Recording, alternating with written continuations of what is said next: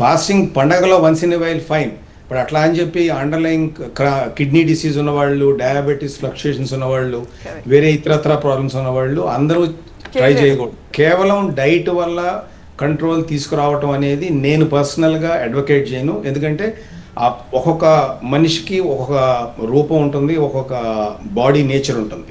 So దాన్ని ఇండివిజువలైజ్డ్గా చేయాలి, కానీ అందరికీ ఒక బ్లాంకెట్ సూత్రం మాత్రం ఇవ్వకూడదు. ప్రసాద్ గారు, రాకేష్ గారు చెప్పే దాంట్లో మీకు ఏమైనా అభ్యంతరం ఉందా? నేను నా personal experience being a farmer, having eaten organic food, having eat ఎక్కువ హోమ్ ఫుడ్ తినడము, ఈ ఎక్స్పీరియన్స్ మాత్రం నేను చెప్తా.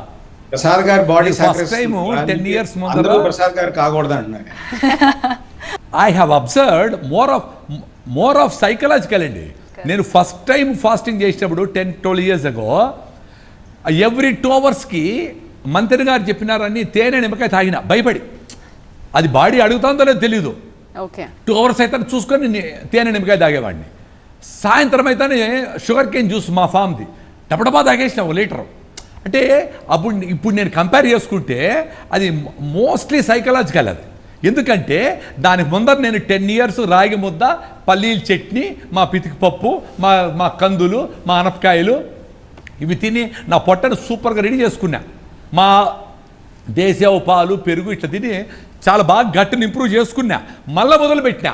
ఒక ఫార్మర్గా, ఒక రైతుగా మీరు పడే కష్టం వేరుంటుంది. కానీ ఇప్పుడున్న జాబ్స్కి, ఇప్పుడున్న లైఫ్ స్టైల్కి అలాంటివి తింటే కనీసం అరుగుతుందా లేదా కూడా అర్థం కాని పరిస్థితి. ఎవరికైనా high fibre food, complex carbohydrate ఉండే అరికలు, సామలు, జొన్న రొట్టెలు, రాగి ముద్ద తింటే మాకు ఆకలి లేదు అని అందరూ చెప్తా ఉంటారు కదా. నేను ఈ దరిద్రాన్ని అనుభవించిన. 15 years ముందర ఈ లైఫ్ స్టైల్కి వచ్చిన. ఫుల్గా రాగి ముద్ద, ఇంత వెజిటబుల్, ఇంత ఆకుకూర తొక్కడం వేసి 9-10 గంటలకు తొక్కుతా. మళ్ళీ నీకు మ్యాజిక్ జరుగుతుంది. సాయంత్రం వరకు ఏమి చూసినా తినబుద్ది కాదు.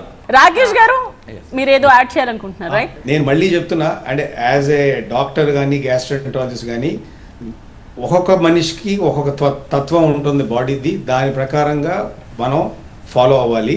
ఇప్పుడు అందరికీ ఒకే ఫుడ్ సరిపోదు, అందరికీ ఒకే టైప్ ఆఫ్ ఫాస్టింగ్ సరిపోదు, అందరికీ ఒకే టైప్ ఆఫ్ ఎక్సర్సైజ్ సరిపోదు. ఎవరికి వాళ్ళు ఇండివిజువల్గా చేయాలి.